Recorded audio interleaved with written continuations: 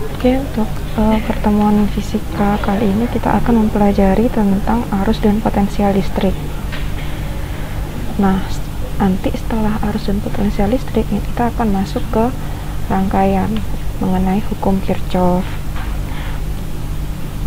Nah, yang pertama-tama kuat arus listrik definisinya adalah jumlah muatan yang mengalir melalui suatu penampang tiap satuan waktu. Jadi kalau dituliskan ke dalam rumus, I sama dengan Q per T, di mana I ini adalah kuat arus listrik, satuannya ampere atau A, dan Q besar adalah muatan, satuannya coulomb atau C, dan T adalah waktu, satuannya second atau detik. Nah, 1 ampere itu sama dengan muatan listrik sebesar 1 coulomb yang mengalir dalam penghantar selama 1 second, sehingga 1 ampere itu juga sama dengan 1 coulomb per second. Nah, untuk arus sendiri itu memiliki arah yang searah dengan muatan positif. Jadi misal dilihat pada gambar ya, ini adalah arus I-nya. Nah, muatan positif arahnya juga ke sana. Jadi E ini atau muatan yang positif ini bergerak dengan kecepatan V pada kawat penghantar, nah dengan arah yang sama, sehingga I dan muatan positif itu arahnya sama. Nah, selain I sama dengan Q per T, kita juga bisa merumuskan bahwa I sama dengan N kali E kali V kali A. Ini harusnya V kecil ya, karena ini kecepatan.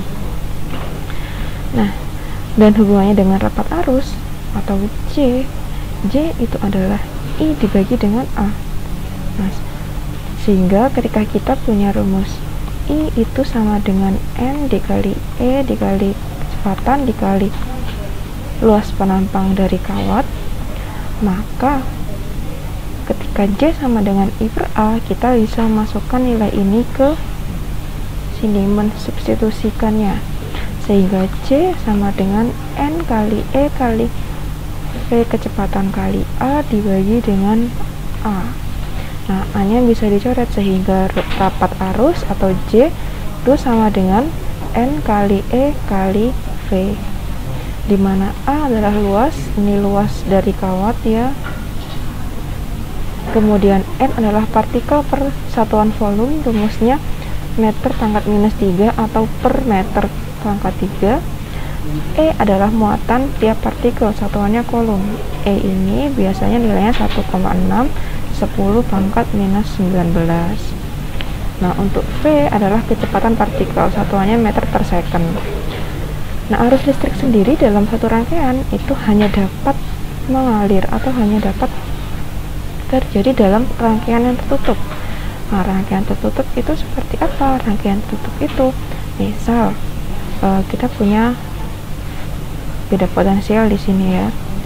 Kemudian ini ada lampu di sini. Nah, kemudian di sini ada saklar. Ini ada saklar.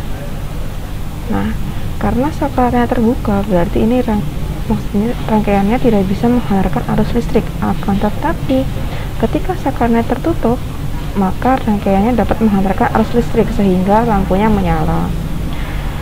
Nah, untuk arah dari arus sendiri itu arah arus dan arah elektron itu berbanding terbalik. Kalau arah aliran elektron itu dari potensial yang rendah ke potensial yang tinggi, tapi kalau arah arus itu dari potensial yang tinggi ke potensial yang rendah, di mana potensial tinggi itu adalah yang berkutub positif dan rendah itu berkutub negatif. Nah, contoh sebuah aki pada kutub-kutubnya dihubungkan pada terminal lampu. Jika kuat arus yang mengalir pada lampu sebesar setengah ampere dan lampu dinyalakan selama 2 menit, berapa muatan listrik yang telah melewati lampu? Berarti yang diketahui di sini ada I, kemudian dinyalakan selama 2 menit, berarti ini adalah T nya. Yang ditanyakan berapa muatan, yang ditanyakan Q. Nah, pertama yang diketahui dulu. Yang diketahui kan tadi I sama T. I-nya setengah ampere, T-nya 2 menit. 2 menit sama dengan 120 detik. Kemudian yang ditanyakan tadi Q atau muatan. Nah, kita punya rumus. I atau arus adalah muatan per satuan waktu. Sehingga kalau kita mau cari Q, maka Q adalah perkalian antara arus dikalikan waktu. Nah, seperti ini. Sehingga kita bisa langsung masukkan nilai Q-nya. I-nya diketahui sudah setengah ampere. T-nya atau waktunya 120 second, sehingga Q di sini kita dapatkan 60 coulomb atau 60 ampere second. Nah, ampere second di sini sama dengan coulomb. Nah, selanjutnya tadi sudah arus listrik, sekarang potensial listrik.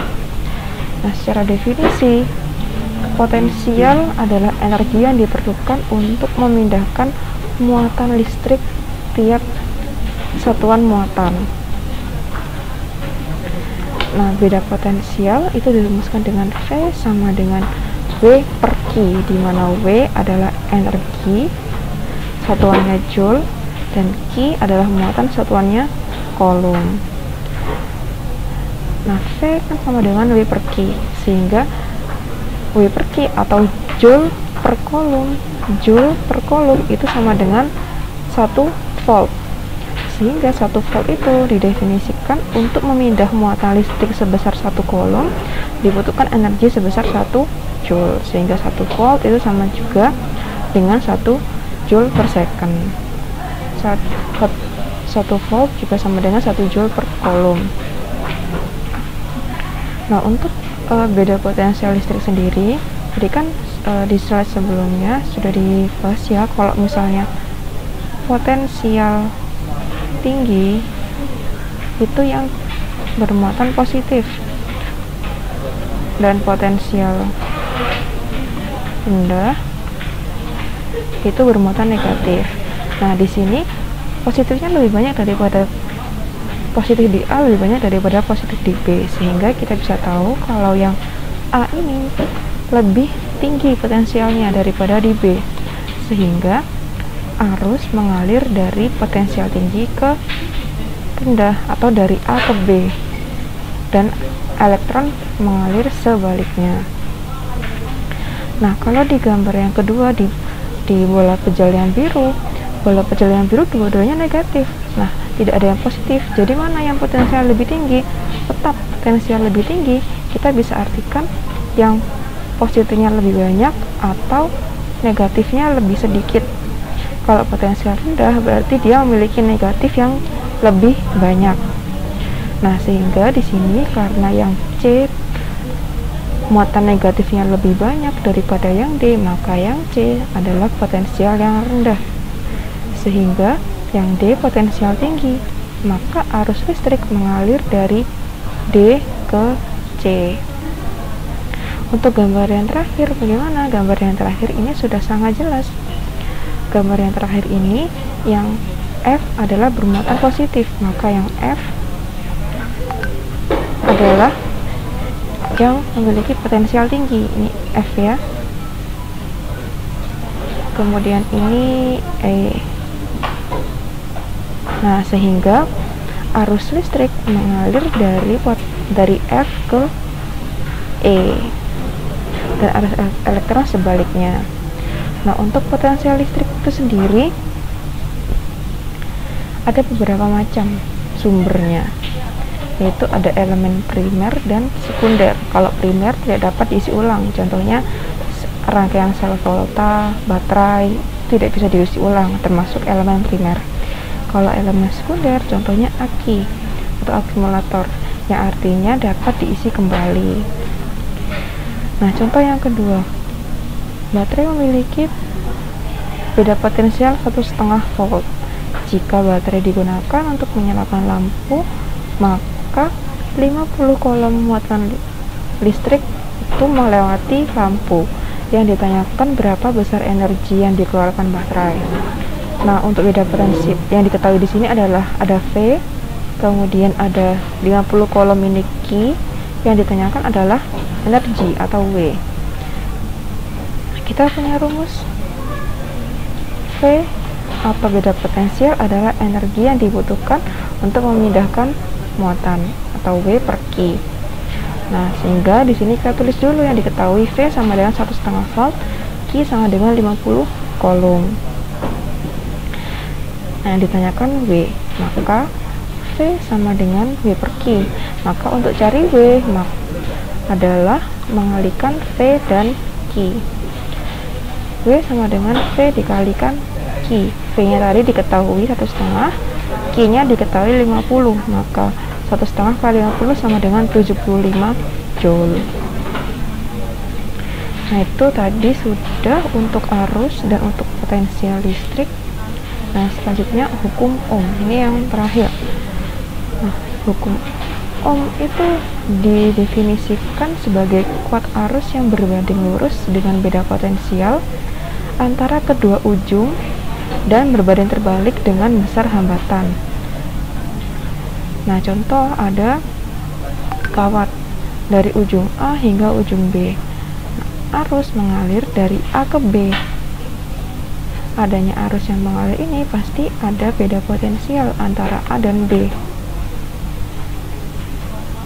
Sehingga kita bisa merumuskan nilai I atau arus dalam kawat bertegangan atau berpotensial ini adalah potensial listrik dari A dikurangi potensial listrik di B dibagi dengan hambatan, atau PA dikurangi VB adalah potensial titik A dan B. Kita bisa tulis PAB. Nah, untuk hukum Ohm sendiri itu ada 3 faktor yang berpengaruh terhadap hukum Ohm, yaitu panjang kawat, kemudian hambatan jenis, dan luas penampang kawat. Nah, semakin panjang kawat, maka hambatan kawat itu semakin besar atau R-nya semakin besar. Sehingga kita bisa katakan di sini hambatan kawat sebanding dengan panjang kawat atau berbanding lurus. Nah, kemudian yang kedua hubungannya dengan hambatan jenis kawat. Semakin besar hambatan jenis kawat, maka hambatan kawat juga semakin besar. Sehingga di sini kita bisa katakan juga bahwa hambatan kawat itu sebanding atau berbanding lurus dengan hambatan jenis kawat. Nah, untuk faktor yang ketiga adalah luas penampang kawat. Semakin besar luas penampang kawat, maka hambatan kawat semakin kecil. Nah, hambatan kawat berarti dikatakan di sini adalah berbanding terbalik dengan luas penampang kawat, atau R sama dengan 1 per A. Nah, untuk hukum Ohm sendiri, karena tadi ada 3 faktor yang mempengaruhi, yaitu panjang, luas penampang, dan hambatan jenis, maka kita bisa rumuskan R itu sama dengan Rho dikali L per A, di mana R ini hambatannya, Rho ini hambatan jenis kawat, satuannya ohm meter, L adalah panjang dari kawatnya, dan A adalah luas penampang kawat. Nah, contoh ketiga, ada suatu rangkaian ampere voltmeter dipasang seperti gambar ini. Nah, yang ditanyakan R-nya berapa? Di sini diketahui apa? Diketahui I. Kemudian selanjutnya diketahui V. Maka